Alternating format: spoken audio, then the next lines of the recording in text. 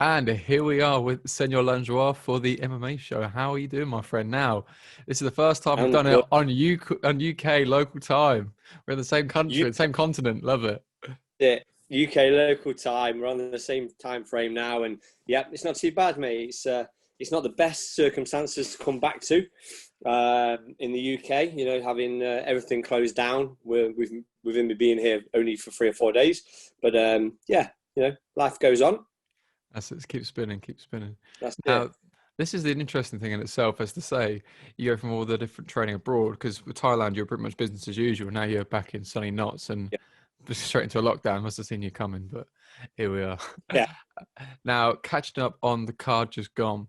So we have Uriah Hall versus Anderson Silva. So obviously you've been jet set, not a lot of time to catch up on the card itself. But before we go into the breakdown of results, your initial thoughts again. So we went over this last week, but it's more going in more detail in the sense of, okay, this is Anderson Silva's retirement fight. This is Uriah Hall trying to make a name of a legend. Again, he's taking out guys like Gegard Yeah. Mousasi. Again, he's a legend killer. Initial thoughts going into this, obviously with the preface that you know the result anyway. So obviously, it's sad to see any sort of absolute legend of the game retire. So this one, especially with it being Anderson Silva, I think everybody that's ever done martial arts anywhere in the whole world knows who Anderson Silva is. You know, he's definitely up there as my goat as far as MMA goes. He's just an absolute legend, and he's just a nice character as well. You know, like inside, outside the octagon, he's always got respect. You know, he talks very softly. A lot of respect for his fighters before and after the fights. Even when he fought, Sonnen, and obviously they had the back and forth, and Sonnen tried to get under his skin. He was still very sort of like, respectful towards him and stuff. So in and out the game, he's just an absolute legend. And obviously, one of the pioneers of the sport, really, because his style of being very elusive with his hands down, and a lot of head movement and that sort of thing. There's a lot of fighters nowadays that kind of use that kind of style. That's obviously watch Anderson Silva as when they were coming up through the ranks and learning their trade, and he's influenced a lot of fighters. So it was a sad day, but it was nice to see him back in and at least sort of go out how he wanted to go out, like with a final fight, rather than just sort of calling it a day after his last couple of fights. So yeah, it's pretty cool. And then again, Uriah Hall. Uriah Hall's a funny one. The guy's got all the physical attributes and all the technical attributes to literally be one of the best in the world. But it's we talk about it all the time in the game, but it's the mental game that's always been quite weak for Uriah Hall. Unfortunately for him, because he could be an absolute world beater. And like you say, taking out, Gegard Mousasi, who's, one of the best light heavyweights, middleweights and heavyweights, light heavyweights sort of on the planet. And he beat him. And he's had some great wins in his career, but it's always been that mental game that's let him down a little bit. And I know he's sort of like been bouncing around gyms quite a lot. And he's finally settled now for his last couple of fights. Is it Fortis MMA? I think that's how the you one. say Yeah, it. Fortis MMA. With Saif Saeed. Saif Saeed is his coach anyway. I sort of like, I know the coach more than the gym, but he's a very sort of solid, sort of level-headed kind of coach, and brings people down to the right level to sort of like try and settle them, and works a lot on the mental game. So hopefully that will help in the future, definitely. So it'll be good to see where he goes from here. Now, interestingly enough, that sort of topic of sort of camp moves, there's a few fighters on the card itself who've had like camp moves. And it's interesting to see how that sort of responds on the day itself. Because again, you get this weird kind of transition period where, okay, I didn't get what I needed from this previous place. I've cut ties and now I've got to start fresh. And it's where you sort of, your not necessarily even loyalties lie as such, because I think it gets a bit too old school when it comes to, you're either with us or against us kind of thing. But Yeah. some people really need that, some people don't. So it's good to sort of, I don't know, see how it pans out. Now, Yeah. prelims, without going into all of them in too much detail, general themes for this. So the first fight we had Miles Johns against Kevin Natividad. Can't get my words out. Natividad. I don't know. I'll go with that. Why not? No, Now, Natividad. Yeah. again, interesting back and forth throughout the fight. I believe this was the fight, and this came from an uppercut in the clinch. and the engagement. Now, this is where the whole disengaging and re-engaging is a huge part of MMA. And it's just so imperative to really get sharp on that kind of side of things, if not even just to be aware of it. Because when it comes to clinch, this is where the little shots creep through, especially the 4 ounces. Yep. And yeah, Miles Johns looked phenomenal. Now, yep. You get quite a few of these sort of performances, and where things get quite concerning. Which fight was this? There's so many knockouts, lose track of who's who. Yeah, welterweights. We had Jason Witt and Cole Williams. Now, Jason Witt, you know, when you see those fights where one fighter is just so much more aggressive, so much more dominant, you think, okay, this is going to be a very short one, a very uncomfortable one. And it was just just one-sided. And again, you feel for these people, and it's a tricky one. So when you're a referee, for example, and you see something that one-sided, like just land these exchanges, the other fighter is being very, not even just offensive, but very much like, okay, he's got my number, I'm pretty much running and surviving. At what point do you say, do you know what?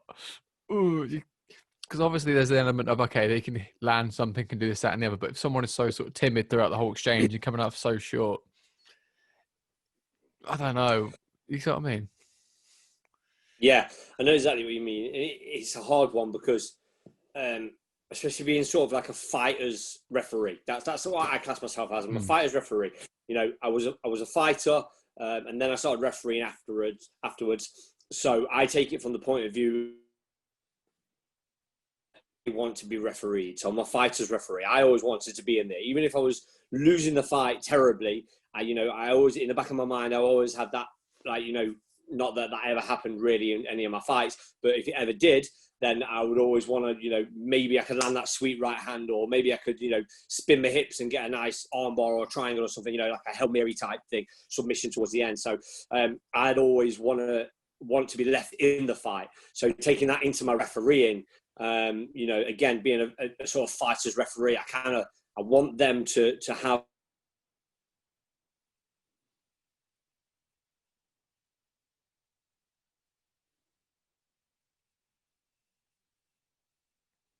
Cole Williams one. I actually did catch this one.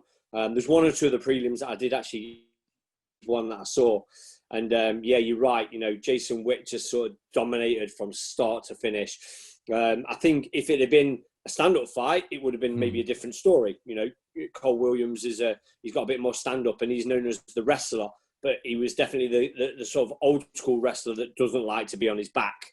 And unfortunately, Jason Witt managed to get him on his back, and there's not a lot Cole could do until the referee sort of the submission happened halfway through the second round. So it's always a tricky one as a referee, seeing the sort of that kind of dominance. But they've got the 10-8 system now, where a lot more rounds are going to 10-8 rather than just 10-9. So as long as he wasn't sort of like taking too much damage where it was really affecting him, then yeah, you've just got to let it go as a referee. You've got to give him every opportunity to pull off that miraculous sort of like last minute submission, or maybe land a clean shot. So yeah, I would have let it go just the same as the referee did in this one. 100% again. The Vanilla Gorilla, I mean, that's always a bit of a questionable one in itself. We've got to get that in. And this is where it gets interesting, because as much as I said, being a fighter's referee, these things do happen. They know what they're in there for. Yeah. But it's more from the point of, okay, if it's a stand-up fight and they land these exchanges, combinations, yeah, it might be just heavy leg kicks or whatever else. You can see they're not liking it. Yeah. It's, unless they say, get me out of here, or they're taking some excess damage, there's no real leg to stand and say, you know what, I didn't want him getting hurt. I started mothering him a little bit. But yeah, the arm triangle, you could see as soon as it sort of went on, it was sort of, okay, like accepting a little bit, not really defending. Because when you see people hover for a tap, I've been guilty of this before in old jiu-jitsu competitions. It's one of those, you sort of, you're already out there, and you're just waiting for the actual, like, has that bullet got my name on it? Okay, perfect, cheers. That kind of conversation. Now, hit topic for you before we go into this next fight. Ring rust, do you believe in it, yes or no? I think it comes down to the way you train. So if you're in a gym and when you come to the sparring, it's not just the big group sort of sparring. Like every gym, you have 20 people on the mat and there's 10 peers all sort of sparring together, a couple in the ring, a couple of there. That's great sparring. But if you're not being put into the situation where it's literally one-on-one, You've got the whole cage sort of to yourself. So it's very, using it as like a fight, basically, in the gym, then yes, I would believe in ring rust. But if you're in a kind of team that takes you out of that sort of situation and puts you in a cage with somebody as a referee and makes it very sort of like simulating a fight in the gym area, then I believe that you can get away without the ring rust. So there's a couple of different ways of training to get away from that ring rust. That's the way I kind of see it myself.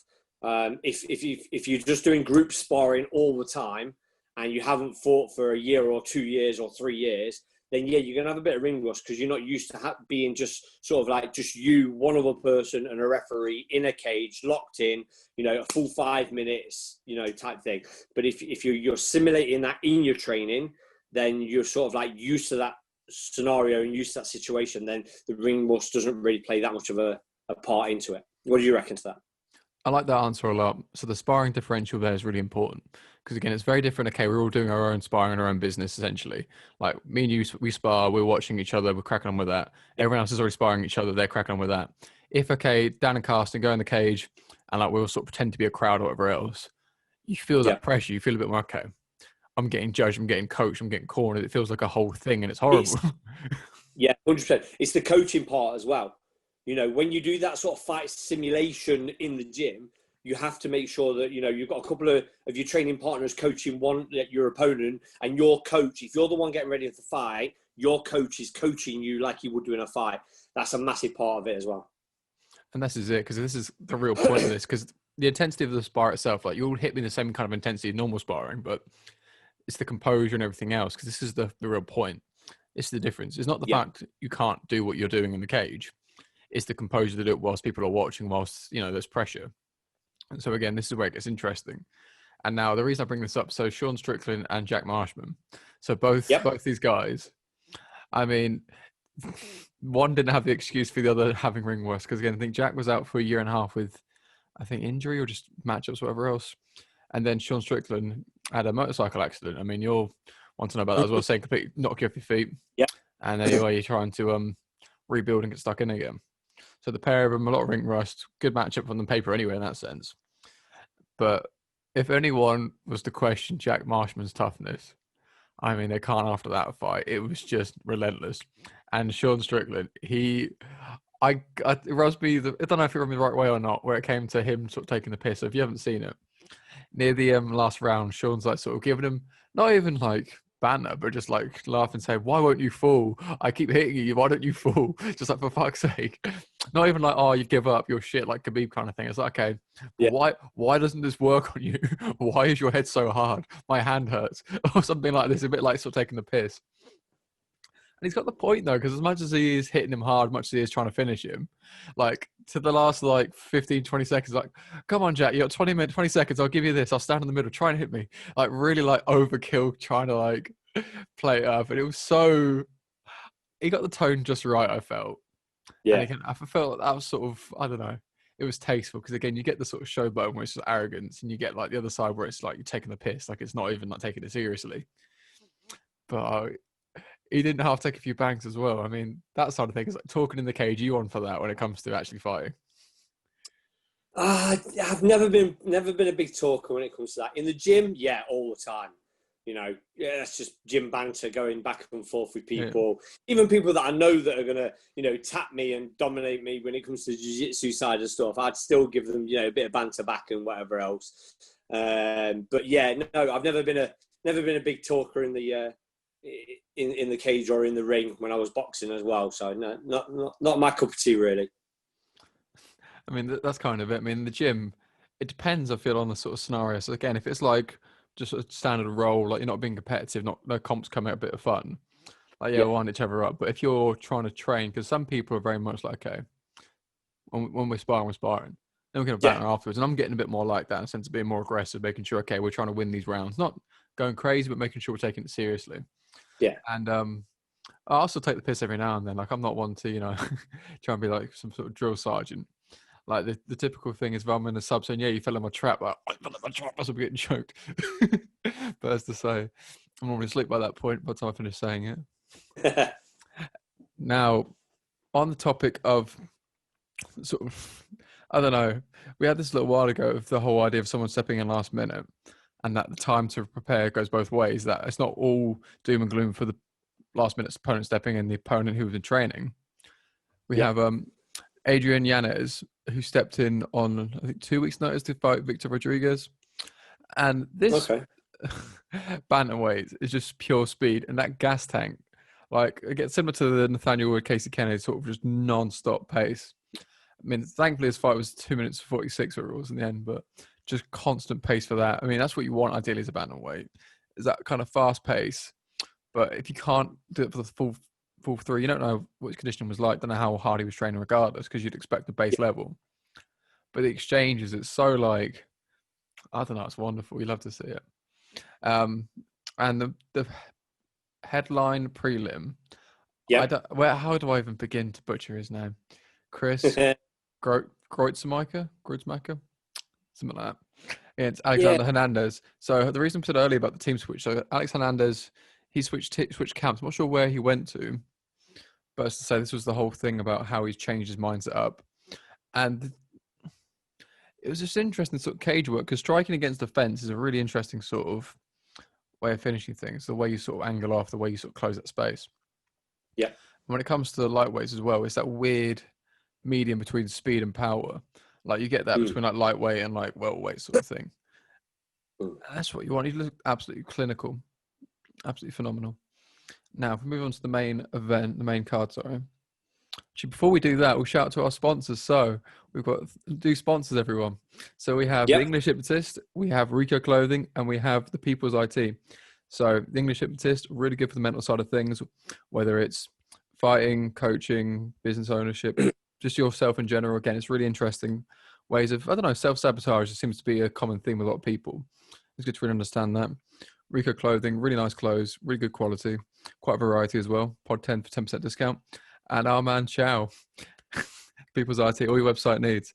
And also, this isn't a direct sponsor, but the same bloke, the vegan pizza company. Go on, Karsten, sing some praises.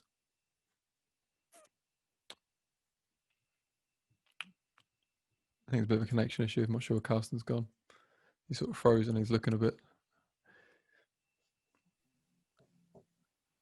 We're back. So, Karsten, take us away with the vegan pizza company.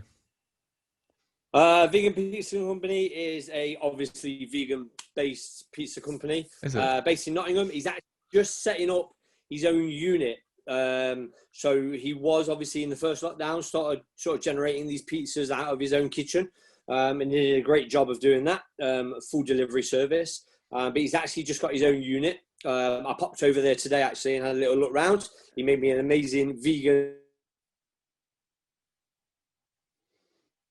training, and he's slowly getting it in the works to start opening up his. It's kind of like it's a little calf, but obviously right now at the minute there's nobody allowed in and out of calves.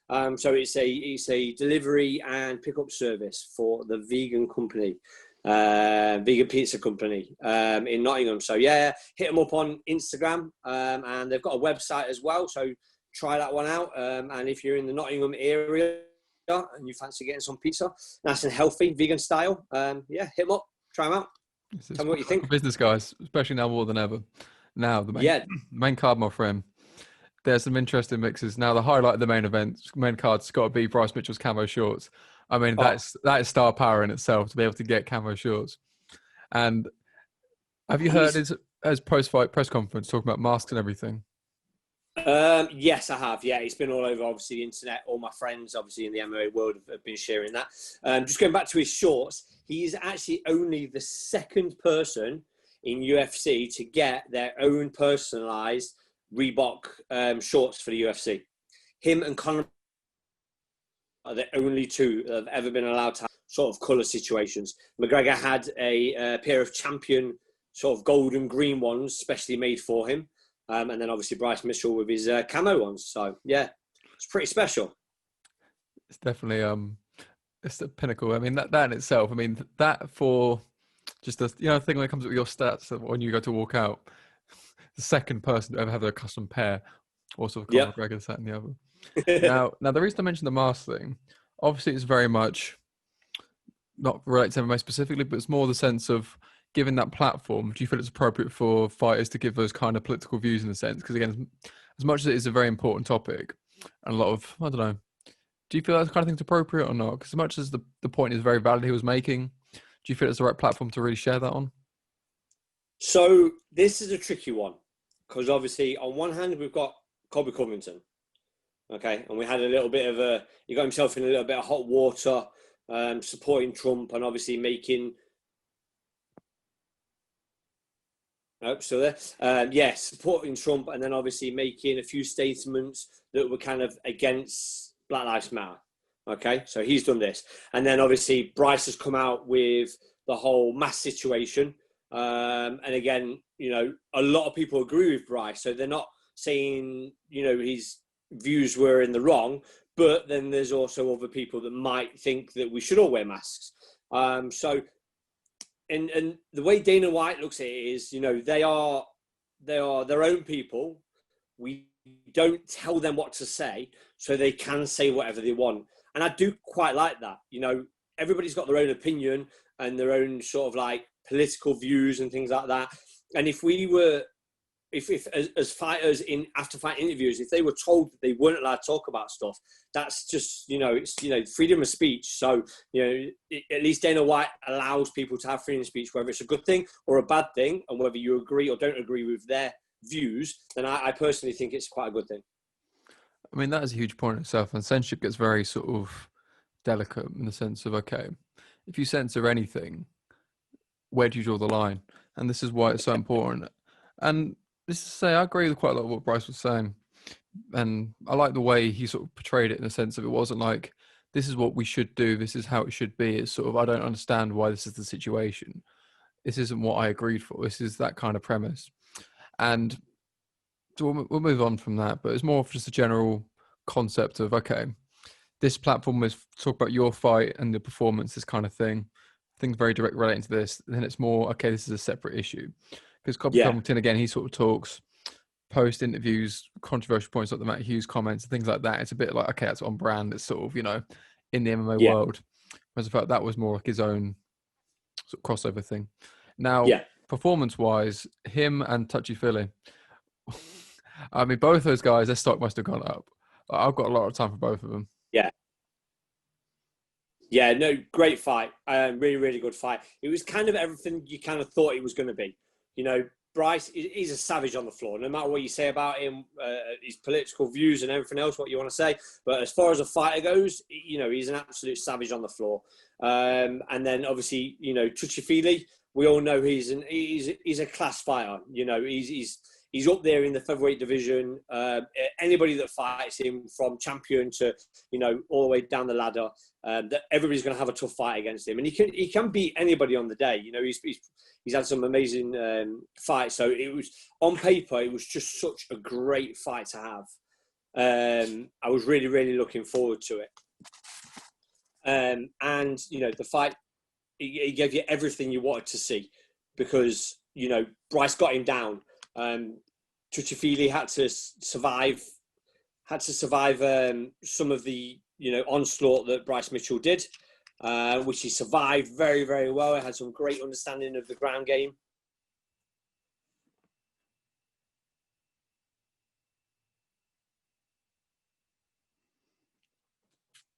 Sorry, guys, we must have a bit of connection issues this episode. Not sure where Karsten's gone. I'm back in just a second.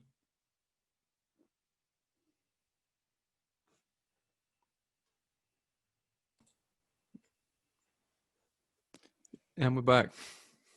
Cool. I don't know where we was then, but I'll go from the fight. So yeah, it was a great everything. It had everything you wanted from this fight. So Bryce Mitchell, we know him as a ground savage. Touchy is an absolute great fighter. You know, makes a hard night for anybody in that division. And then the fight itself, you know, Bryce Mitchell got him down. Andre Feely had to defend really well on the ground, which he did.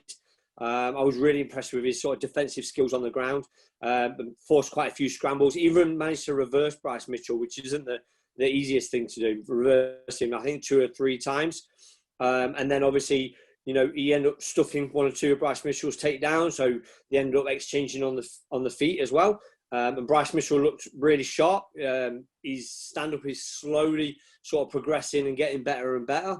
Andre Fili landed some great shots, and then towards the last round as well, Bryce Mitchell managed to get him down, and it was just a really good back and forth. It had a bit of everything. It had great striking. Both landed big bombs on each other. They both showed how good their chins were. They both showed how good their striking were. They both showed how good their grappling were, both offensive and defensive. And then good scrambles, good takedowns, good takedown defense. So it just had absolutely everything you wanted. And I personally scored it, 29-28 for Bryce Mitchell. So I thought it was a great decision as well. What did you think of the fight yourself? I'm still yet to catch up on the full performance, seeing the highlights and everything else. But the nature with these sort of styles, so obviously team alpha male background, you said sort of wrestling and a bit more, without going over any sort of trade secrets as such, it seems very predominantly wrestling and sort of MMA kind of trade-off sense, very strict wrestling opposed to MMA and such. So it's always interesting to see how the recovery side of it. So when the wrestler ends up on his back, then what, because again, we saw with Carmelo earlier, let's say how they then respond to it. Obviously, we've seen Andrew Fili be more well-rounded. I can't keep saying touchy-feely. That's always a bit of a faux pas, I feel, but here we are. It's a great name. He needs to use it more, though. It's fine. so to speak. Anyway, we're trying not to get me too'd on this, but we'll get somewhere. But again, with Bryce Mitchell, it's good to get someone like that on the spotlight, because again, you get someone who's very well-rounded, not just in the actual fighting aspect, but outside of the cage as well. It's a happy medium.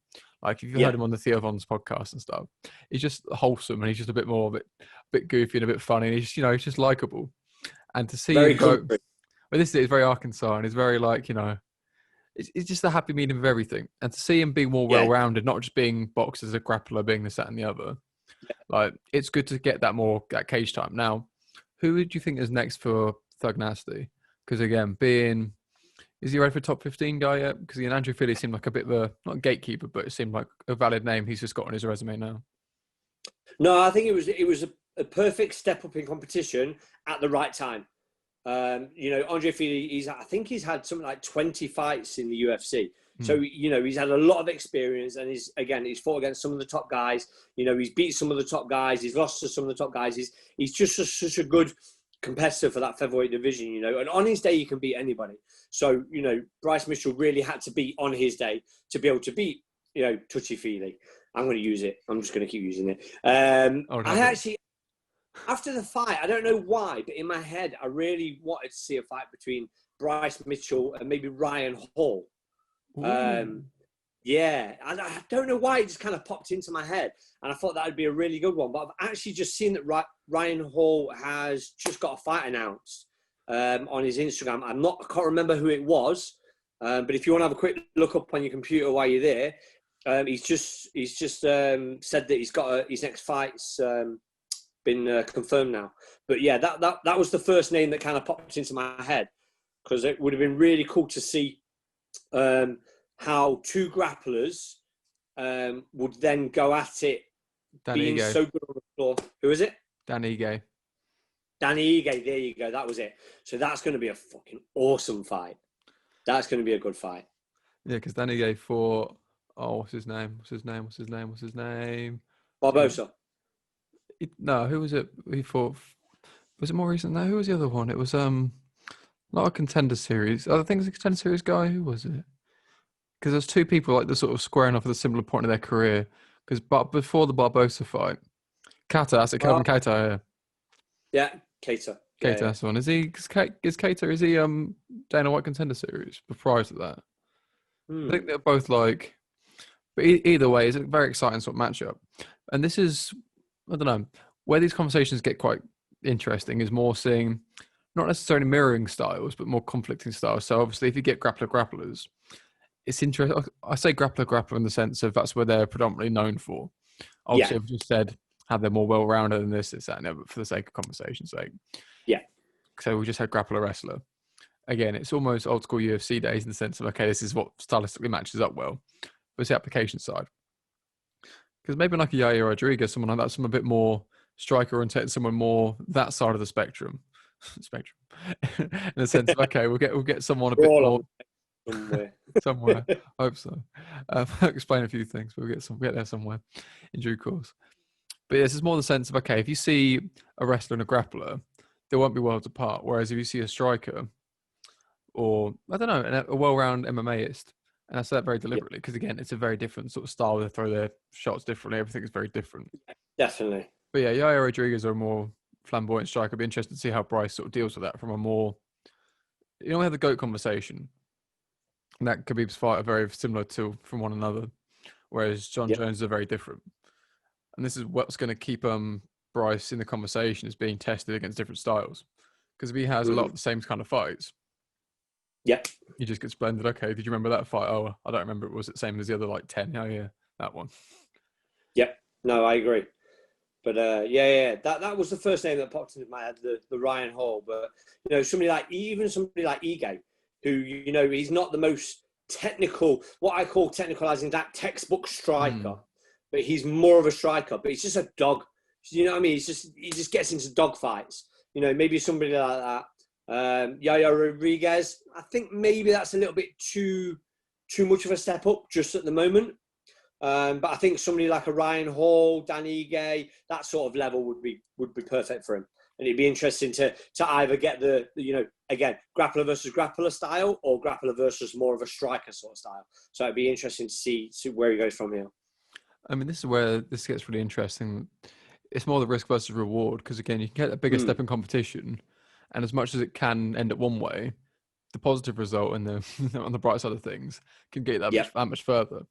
Same with Hazmat as well. Yes. Hazmat. Kamzat. We're seeing obviously his progression. And in the sense of, okay, he's taking these risks and they're paid off. So it can go a number of different ways, but as to say, we'll get off the Bryce Mitchell show. Now, when it came to Uriah Faber. Yep. Uriah Hall against Anderson Silva. It's a very different people. You're familiar in your head now, aren't you?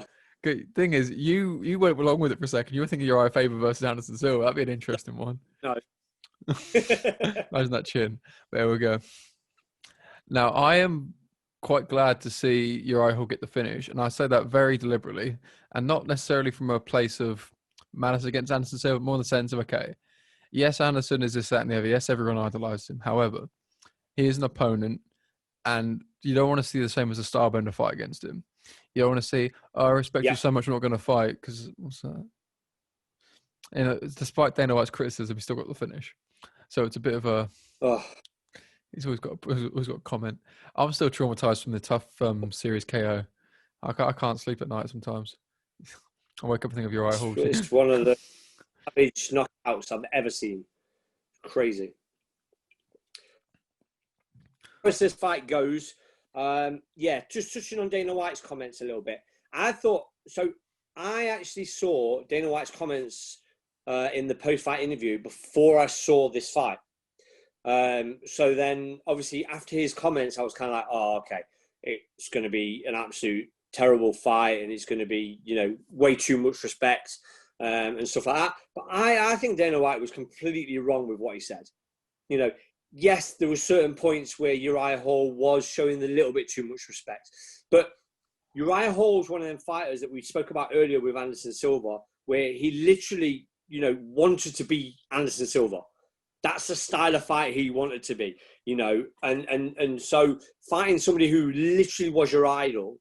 He's even got a picture on Instagram from like 2013 going, oh my God, I finally met Anderson Silva. It's like a dream come true. So when, 7 years later, you're facing him in the cage, it must have been such a crazy thing mentally. And especially touching again on Uriah Hall's mental sort of, his mental's never been the strongest part of his game. It must have been such a hard fight for Uriah Hall to go into. A great fight with the reward of beating Anderson Silva and sharing the octagon with him, but such a hard fight with, literally facing your all-time, favorite fighter, idol, and, having that, not the strongest mental game at the start. But I thought the fight was actually pretty good. There were certain points where they both showed a little bit too much respect, and Anderson did his, karate chop kind of thing for a little bit longer than he probably should have. And, and Uriah Hall, again, should have maybe not been as gun shy as he is. But that's, part of his mental game. And that's the one thing I think he struggles with the most, is being a little bit too gun shy at times. But take them little parts away from the fight. And I thought the fight was actually a really good fight. I thought both of them showed, great skills. Anderson Silva still looked like the Anderson Silva of old. He didn't look slow. He didn't look sloppy as such until that one point where he got clipped in the fourth round. And I thought a really good competitive fight right up until obviously the end of the third round. Uriah Hall caught him with a really nice shot, just sort of like equilibrium area just behind the ear, and dropped him. But even when he dropped him, Anderson Silva, he was defending great. The referee was right to let it go for the rest of that round, because he was defending. He wasn't just sort of like hands up, not showing any defense. So he did a great job of defending, and then he recovered a little bit through that 1 minute, and then Uriah Hall clipped him again and then put him away. And I think it was a great stoppage, and I think the whole fight in general was a great fight. And I really don't agree with what Dana White was saying about Anderson Silva's chin's completely gone. Uriah Hall's knocked, he's got 7 knockouts on his record. It's not like the guy hits with pillows. He's a hard-hitting fighter. So when he does actually land, he's going to hurt you, whether, you're 46 years old or 26 years old. So I do think Dana White was a little bit harsh on Anderson Silva, and a little bit harsh on Uriah Hall as well. I thought it was a great fight. I mean, this is a huge thing in itself. The sort of, I don't know, the perception in there. I mean, the whole thing with Uriah Hall's mental sort of state going into it. I mean, that in itself is a test as to how you can then overcome that and still, I don't know, even after we said, I'm sorry. Like, imagine beating someone. Oh man, my heart. I mean, the guy got on his knees and was crying, literally crying. He had the same reaction as Khabib did when he retired. That's the kind of emotion Uriah Hall was going through. So, and he's always a little bit gun shy anyway. That's the one negative thing about his whole game, is he's very gun shy. And so I don't actually think he was that gun shy in this. There was certain times where he could have pulled the trigger a little bit more. But, he dropped him in the third round and then finished him in the fourth. Somebody that's gun shy and drops a guy and then finishes a guy and drops him again, that's not that bad. It's not bad an outcome for a fight. I'm just curious how he's in his head now, because again, not only is he sport the pie, which he sort of wanted to do at that point, but again, the whole experience is quite traumatizing. He's had that emotional reaction to it all. He's had Dana White saying it was shit, and then what? It's just like, okay, what could he have done? Just been some sort of like, okay, he gets chinned, and then that's his career done, and then out of the conversation. But yeah, I don't know. No, I just hope that maybe rather than listen to what Dana says for his mental thing, he listens to what Anderson Silva said. Because Anderson Silva, when they were embracing each other and showing the respect at the end, he said, look, you're good enough to be world champion. Go out there and prove that you're good enough to be world champion. And I really like what Anderson Silva sort of said that. So hopefully Uriah Hall, with Anderson Silva being such a hero to him, he listens to that more than he listens to the Dana White comments, and sort of then goes, okay, Anderson Silva says I can be champion. Let's get my head right, and then let me become champion, or push forward to be champion. So hopefully he listens to that more than Dana White. Well, as I say, this is another sort of source of input. Again, from the person who it is, you'd hope it'd have some sort of influence, but looking on and moving forward. So we have the next fight night ahead of us. We have on the 8th, I think it's this weekend, we've got Thiago Santos against Glover Teixeira. Now, mixed card, mixed emotions. The fight that stands out to me, Andrei Arlovski and Tanner Bozen. Now, the pace of that, the bombs. I love fast heavyweights, the Tom Aspinalls, the fucking cardio kings. We love it because it's just a happy medium, because it's what you want, because the power there, it's all very interesting until after the first 30, 40 seconds. It's okay, now what? This is going to be a long 14 and a half minutes of just nothing. But no, the guys like that who can push the pace, that'd be an interesting one. And now it moves me on to the most important fucking segment I want to get into, is the worst tattoos in MMA. Because with that guess, who's on the prelims? Who's got the worst tattoo in the UFC? Wait, where are we? Who's on the prelims? Let me just check this out. Who are you saying? Darren the Damage Elkins. Oh yeah, there he is, Darren Elkins. Yeah, his tattoos aren't great, are they? The man who's made of scar tissue, and again, it's the damage on his chest. I mean, it's just like, okay, if that's what he wants to go for, it's fine. But I don't know. Each their Yeah, own. You have crack on. he's not got the best tattoos, has he? Yeah, this card, again, I'm the same as you, mate. I've got kind of mixed emotions on this one. There's one or two fights I'm looking forward to. The Claudia Cadavia fight, that should be pretty good. That's not too much of a bad matchup. And then obviously the Andre Arlovski, you know, he's another legend. You know, he's not got many fights left in him, but he still can fight. So it's going to be quite a good one. And then you got the main event. So I'm actually really looking forward to this main event. Thiago Santos and Glover Teixeira. Glover Teixeira has been on an absolute tear at the minute. You know, he's you know, putting people away, and you know, he looks like he's, you know, stepped back 5 years, and he's like really pushing the pressure in his fights and stuff.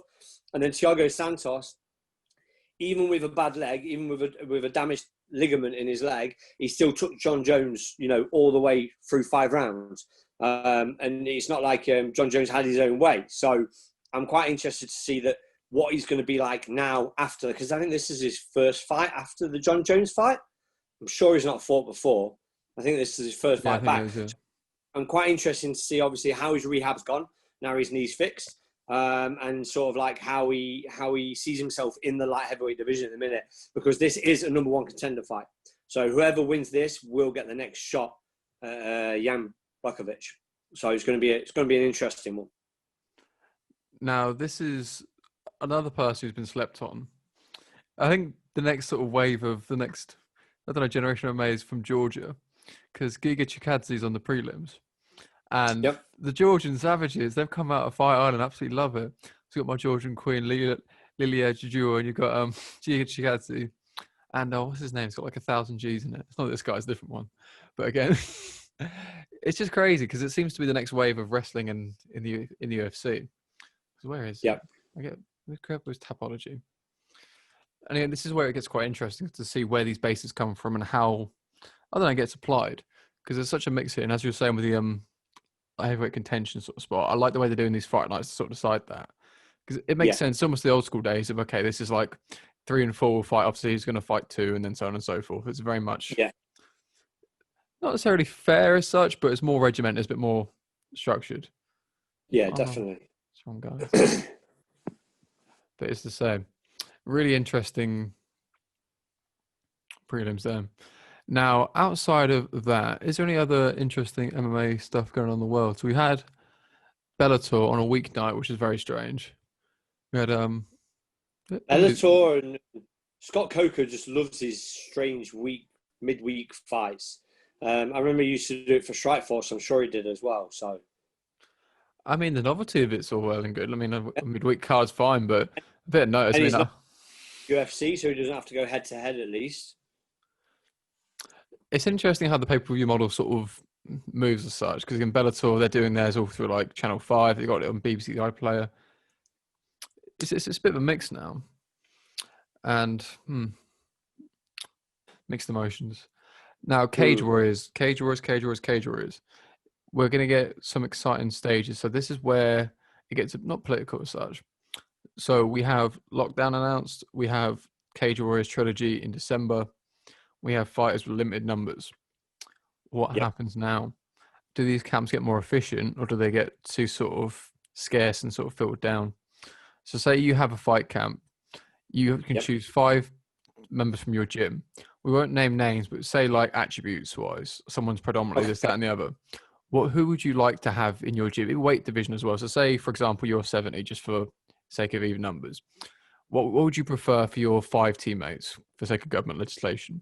Would you want 5 different styles at 5 different weights? Would you want all similar styles, separate weights? What's your ideal sort of setup for that to have your camp with lockdown restrictions? I think it really depends on your opponent. So I think if your opponent's kind of like a well-rounded sort of guy, who's, you know, he's an MMA fighter, So, you know, he's good on the ground, good in wrestling, he's good in striking.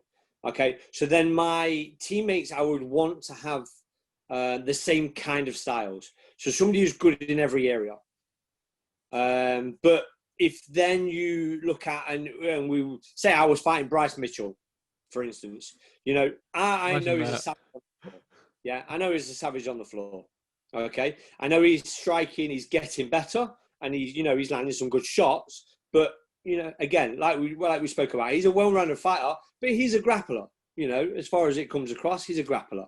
Then I would want to pick more sort of grapple-heavy teammates. So I think it really depends on your opponent. If you don't have an opponent and you have to kind of pick before you get a chance to know who your opponent is, then I would want, you know, I'd want a couple of grapplers and a couple of strikers, because then I've got a bit of a well-rounded sort of thing. And then I'd want somebody, there's always somebody in the gym that can sort of emulate both. You know, he's a good at well-rounder at everything, but he can kind of emulate different fighters. And again, I'd probably want them all to be around my sort of weight class, just so they can sort of emulate my opponent if I was getting ready for a fight. That's the kind of way I would look at it. What about yourself? What would you do, weight-wise, and sort of like what they're good at, skill-wise? So again, it depends a lot on. Again, it's a very open-ended question. It comes down to a lot of factors. Yeah. So, say if it was more from the conditioning side, I want someone smaller, more grappling oriented, because I prefer rolling with smaller guys who are going to push the pace, and it is sort of heavy smash guys. Obviously, because you don't want to get smashed, but more in the sense of I'm not trying to smash when I'm doing this. It's trying to, you know, push the pace, still try and get these sort of technical exchanges and scrambles. And again, MMA is a key word in this. That as much as these are stylistic, it's still MMA fundamentally. Yeah. So again, I'd say my weight or slightly lower, with pushing the pace of the cardio point of view. And whoever it is, it depends on their, I don't know, intentions, because you want people who are going to push the pace but also be mindful and safe. Because it's all going to go with the savages, savages in inverted commas, who are trying to finish takedowns no matter what, trying to land shots, this, that, and the other. But without but this is it. It's a kind of a case of, I don't mind, you know, biting down my gum shield and, you know, let's dance.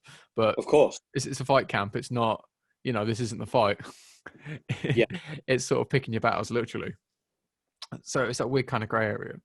But yeah, to give out, be more wrestling and grapple orientated, sort of wrestling, grapple orientated lighter guys, and maybe heavier strikers. But even then, it's trying to sort of, I feel you're going to build your power and build your sort of timing.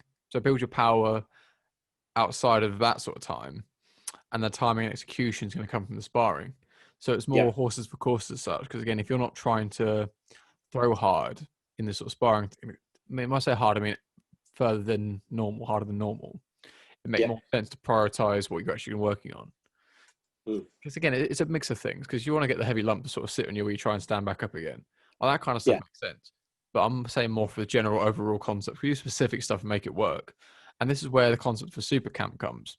So say if you're given this access to an amazing facility, you've got essentially the BST or whatever else you want, the sort of the mecca of equipment, this, that, and the other. What does your super camp look like? What would your ideal splits be for like a camp? What sort of thing would you prefer? Again, I just really depends on opponents. So without knowing your opponent, then I'd want a nice overall general sort of thing. I want somebody who's going to, you know, be nice and quick and try and push the pace. So you've got the cardio. I want somebody who's going to be really, really strong. So then I've got to try and, you know, start working a little bit more on my strength to try and, you know, sort of match their sort of strength.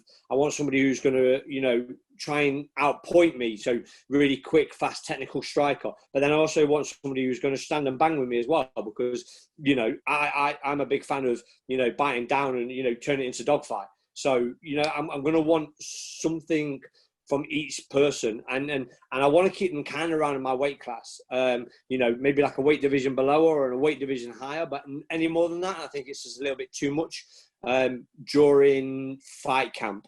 I mean, when you're not in fight camp and you're in the sort of off season, when you should be learning and stuff, then that's when I'd like to go with, you know, heavyweights all the way down to flyweights and you know, train with female fighters and all sorts of things, because then you get a completely different look from everybody, and you kind of you can sort of like pick things from everybody and sort of learn a little bit from different size people and different styles of people. But when you're in a fight camp and you want to hone your skills, how you want to use them in a fight, I think it's better to use the same sort of size and shape people as yourself and obviously as your opponent. I mean, that in itself is a very interesting point, of the sort of thing of whether or not working on your style in inverted commas. Because again, when I say your style, that shouldn't be a solid set in stone thing. This is something you're always working on to develop. And then it's a case of practicing what you know versus what else there could be, and then going against different styles. Because I had a podcast with Chelsea Lee, which I thought was quite interesting. What she was saying, that what you do should be able to work on everyone and be able to apply that kind of mindset. And it makes sense, because you're throwing the same combination. It shouldn't be, okay, this jab cross hook works on people my size and slightly above, but people are a bit faster than me, it's not landing. That doesn't mean you start throwing different stuff as such. I mean, maybe change the timing, maybe change the setup, because again, it should still be able to work. Like, and if it doesn't work, there's going to be a reason why. Maybe the technique itself isn't something that's appropriate for your style. And again, it's all becomes this whole spectrum of things. But no, it certainly is an interesting one. Pretty good point you just made about timing, though, which is why I'd want my training partners to be the same kind of weight as me, because the timing obviously is really important, obviously in the fight, and every weight class has kind of got a slightly different sort of timing. So, you know, if I brought maybe like a welterweight in and I'm fighting at featherweight, the timing from the welterweight, and even if I've got amazing sparring with him, when I get in the fight, my timing is going to be slightly off. And I'm going to have to, you know, maybe take a round to adjust back to featherweight timing because I've only been sparring with a welterweight. But then if I train with a flyweight and we're fighting at, you know, featherweight, lightweight, then my timing again, I'm going to be mistiming a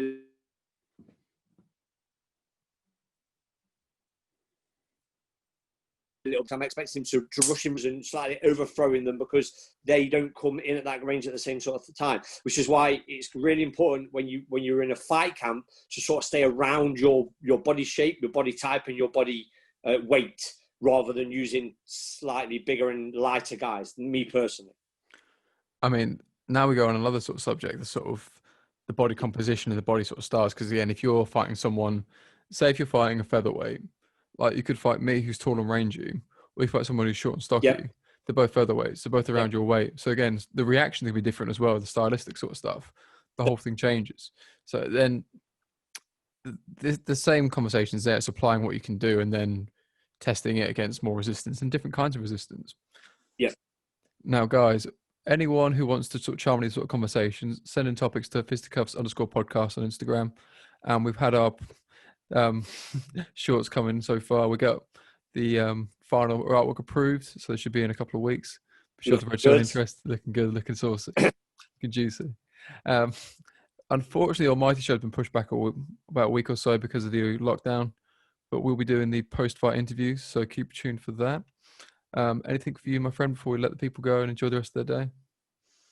No, I'm good. You know, go follow our sponsors. Check them all out. If you're in Nottingham, get yourself to the Vegan Pizza Company. I think I've mentioned it enough times now that I should get mine for free. So, and sure, then you as well. When you come down and visit Nottingham again, mate, when we're finally allowed to, we'll get you one as well. So I'll get tattooed and get pizza from sorted. What more do you want? 100%. Mate, you can have your pizza while we're doing the tattoo. It's fine. For the mask, we'll be all right. Obviously.